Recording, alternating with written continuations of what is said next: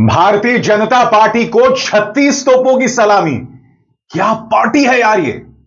क्या आप जानते हैं कि कोलकाता में प्रशांत किशोर की आईपैक, उसके दफ्तरों पर रेड मारा गया है। आज प्रवर्तन निदेशालय ने कोयला घोटाले को लेकर कई जगहों पर रेड मारी, जिसमें एक दफ्तर था प्रशांत किशोर का आईपैक। वो आईपैक जिसके प्रमुख इस वक्त प्रतीक जैन है, वो आईपैक जो ममता बनर्जी की चुनावी रणनीति तय करता है या कम से कम उसमें मदद करता है।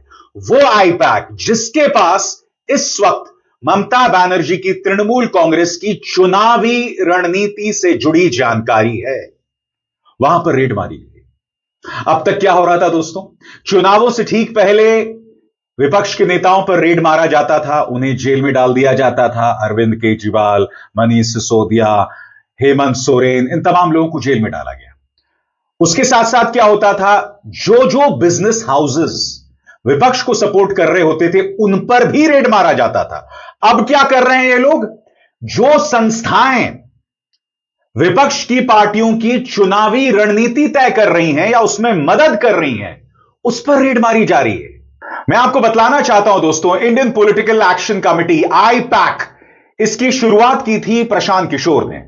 हालांकि इस वक्त दस्तावेजों में प्रशांत किशोर ने आईपैक से दूरी बना ली है। इस वक्त उनके सर्वे सर्वा हैं प्रतीक जैन। आज ईडी ने उसके दफ्तर पर रेड मारी और वहां पर जबरदस्त ड्रामा हुआ।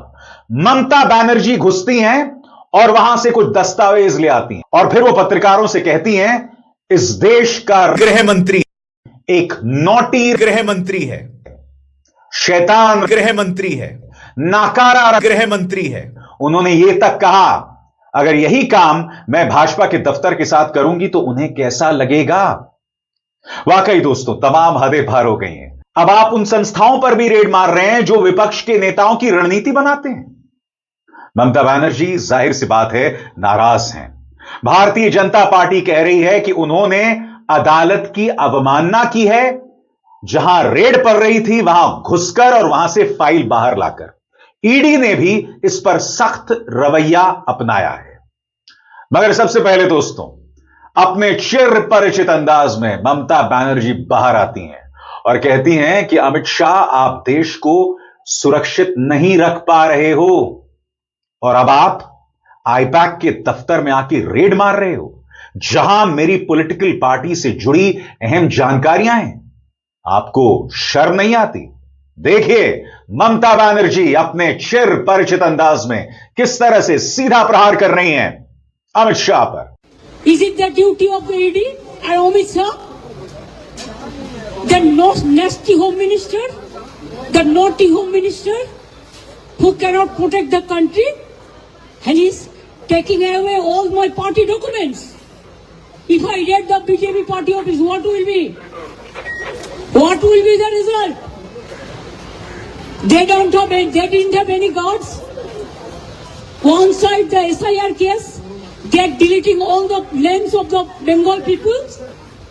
More than 2 crore people, 1.5 crore people are being called, 54 lakhs are being deleted without any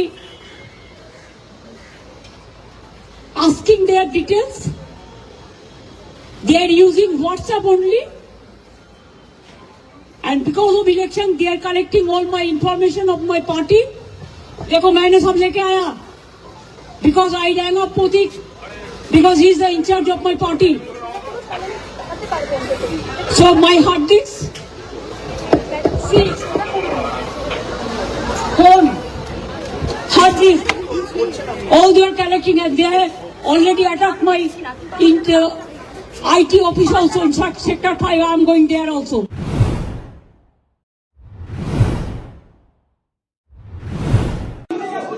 चुनाव का स्ट्रैटेजी पूरा छीन के लिया, एक क्राइम है।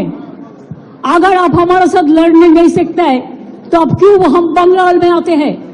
आप हिम्मत से काम लो, आप लोकतंत्र पुलिस प्रोसेस में जीतो। आप एजेंसी लगा के हमारा पेपर लूट करते हैं, करते लूट बोलते झूठ, हमारा पेपर लूट करते हैं, हमारा स्ट्रैटेजी लूट करते हैं, हमारा डेटा लूट करते हैं। हमारा वोटर लूट करते हैं, हमारा बंगाल को लूट करते हैं, हमारा भाषा को लूट करते हैं। क्या है आप लोगों के लिए भविष्य? इससे और भी खराब होगा। जितना भी सीट आपको मिलना चाहिए था, इससे तो अब जीरो में आ जाएगा। I am sorry mister Amit Shah and mister prime minister, please control your home minister.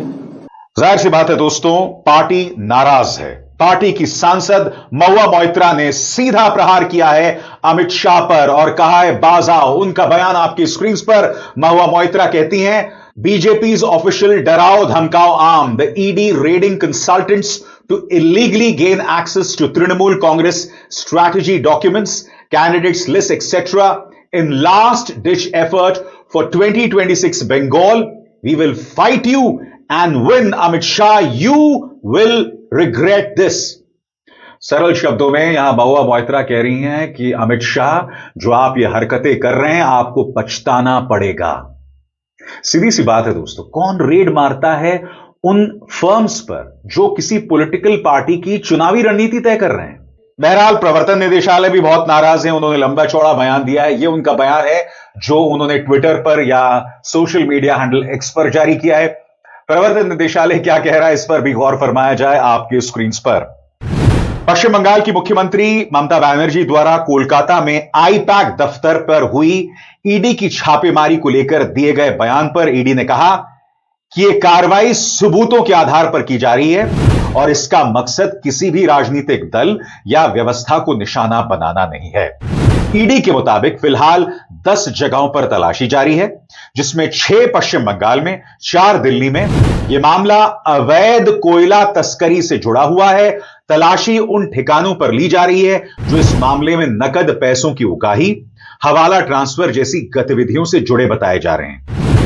ED ने साफ किया कि किसी भी पार्टी दफ्तर पर छापा नहीं मारा गया, ना ही इस कार्रवाई का किसी चुनाव से कोई लेना देना है। यह मनी लॉन्ड्रिंग के खिलाफ चल रही नियमित कार्रवाई का हिस्सा है और पूरी प्रक्रिया तय कानूनी नियमों के तहत की जा रही है। ईडी ने यह भी आरोप लगाया कि कुछ लोग, जिसमें संवैधानिक पद पर बैठे व्यक्ति भी शामिल हैं, 10 में से 2 जगहों पर पहुंचे और अपने पद का दुरुपयोग करते हुए अवैध तरीके से दखल दिया, साथ ही वहां से दस्तावेज भी उठाकर ले गए। जाहिर सी बात है दोस्तों, ईडी जिक्र कर रहे हैं ममता बनर्जी का, जो यहां पर दिखाई दे रही हैं, वो बेतहाशा नाराज हैं। मगर मैं आपसे एक सवाल पूछना चाहता हूं, आईपैक पर रेड क्यों? अवैध कोयला खनन घोटाला को लेकर आईपैक पर, प्रशांत किशोर की आईपैक पर। इसलिए विपक्ष लगातार कह रहा है कि ईडी जो है वो भारतीय जनता पार्टी की प्रवक्ता के तौर पर काम कर रही है। मगर आप ईडी पर क्या आरोप लगाएंगे? चुनाव आयोग कम है। एसआईआर को लेकर, यानी स्पेशल इंटेंसिव रिवीजन को लेकर क्या ड्रामा चल रहा है पश्चिम बंगाल में, क्या आपको बतलाने की जरूरत नहीं है? जो नोबेल पुरस्कार विजेता अमर्त्य सेन के साथ हुआ, मोहम्मद शमी के साथ हुआ, या फिर संजीव भट्टाचार्य जो कारगिल के वॉर हीरो थे, उन्हें लाइन में लगना पड़ा उन लाखों लोगों में। और यही नाराजगी ममता बनर्जी में भी दिखाई दी। बहरहाल भारतीय जनता पार्टी की तरफ से मुख्यमंत्री पद के दावेदार शुवेंदु अधिकारी सामने आए हैं और उन्होंने कहा है कि ममता बनर्जी ने ईडी की रेड्स में दखल डालने का काम किया। सुना जाए।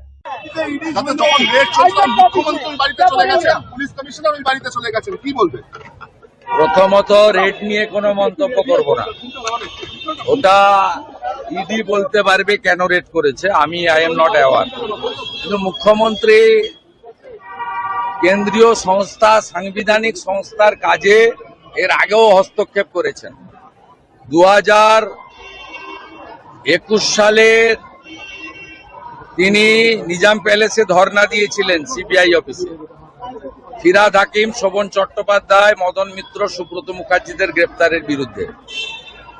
এবং মুখ্যমন্ত্রী এর আগে রাজীব কুমারের বাড়িতে যখন সারদা মামলা নিয়ে রেড হয় সিবিআইয়ের, সেদিনও তিনি সিপিকে নিয়ে ধর্ণা দিয়েছিলেন কলকাতাতে, ধর্মতলাতে। স্বাভাবিকভাবে মুখ্যমন্ত্রীর এই ধরনের কাজ সাংবিধানিক প্রতিষ্ঠানের সরাসরি কাজে হস্তক্ষেপ এবং তদন্তে বাধা দান, এটা একজন মুখ্যমন্ত্রী, তিনি শুধু রাজনৈতিক নেতা নেত্রী নন, প্রশাসনিক কর্ত্রী। নিন্দা জানাই এবং ইডি নিশ্চয়ই তার ক্ষমতা বলে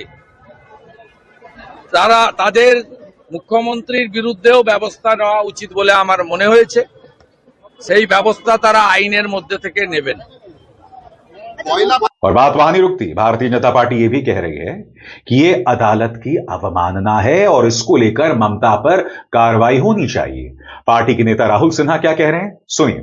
ये कोल स्कैम के लिए अदालत का निर्देश पर ईडी ने आईपैक का जो डायरेक्टर उनका घर में छापा मारा और उसमें मुख्यमंत्री पहुंच गए।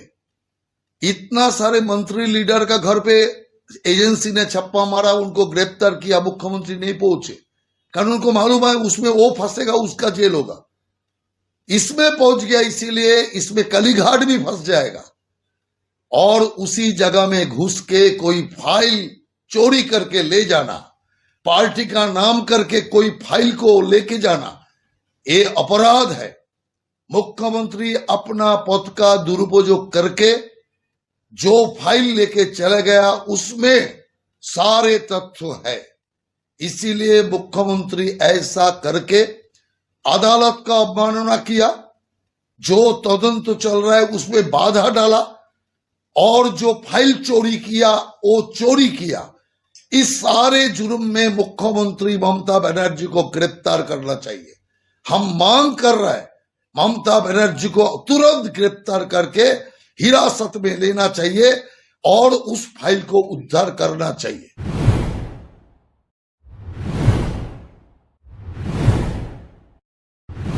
मैंने जो सुना उसका फॉरेंसिक टीम आया था, उन्होंने ट्रांसफर कुछ किया, लेकिन क्या वो बोलता है अभी जो है ये बोलता है नहीं हम नहीं किया, लेकिन हम देखता है हमारा हार्ड डिस्क ले लिया, हमारा फाइनेंशियल पेपर ले लिया, हमारा पॉलिटिकल पेपर ले लिया। फाइनेंशियल पेपर हमारा जो पॉलिटिकली रिलेटेड है ये हम इनकम टैक्स में सबमिट करते हैं। This the political system. हमारा बैंक अकाउंट है, सब कुछ है। इसका बाद में भी बीजेपी इतना बड़ा डाकू है जिसका पास एक भी पैसा नहीं था, अभी हजारों हजारों लाखों करोड़ का संपत्ति हुआ है। एक आदमी को तो सीबीआई ने नहीं पकड़ा, ईडी नहीं पकड़ा। बंगाल में तो इसको इतना गद्दार है, जो बड़ा बड़ा डाकत है, एक का खिलाफ में कोई सीबीआई नहीं हुआ। इवन जो शांतनु ठाकुर है, जो कलकत्ता में एक आदमी पकड़ गया है कोई केस पे, उन्होंने तो उसका नाम लिया, उसका बाद में भी ईडी ने नहीं पकड़ाया कि वो बीजेपी करता है। गद्दार का खिलाफ में कितना केस है, इसका बहुत सारे नेता है जिसको हम नाम बता सकती हूँ, लेकिन हम कार्टेसी मेंटेन करते हैं। इसका मतलब नहीं होता है আমি সৌজন্যতা দেখাবো, চুপচাপ থাকবো, সব সহ্য করে নেব, এটা আমার দুর্বলতা নয়। We are gentle, we are sober, we are cultural people. Bengal is the capital culture of India. लेकिन हमको अगर आप जलन देगा, आप अगर हमारा सब लूट कर लेगा, चीटिंग कर लेगा, छीन के लेगा, चुरा के लेगा, तो हम इसको कभी डाइजेस्ट नहीं कर पाऊंगी।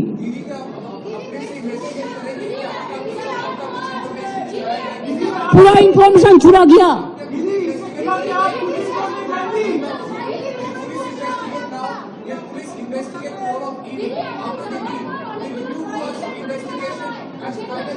मैं क्या करेंगे मैं अभी नहीं बता सकती हूँ। Let me find out all the details and then I will let you know. देखो एक करके बोलो ना, हम तो रिप्लाई देते हैं, हम तो अमित शाह मोदी नहीं है कि हम रिप्लाई नहीं देंगे।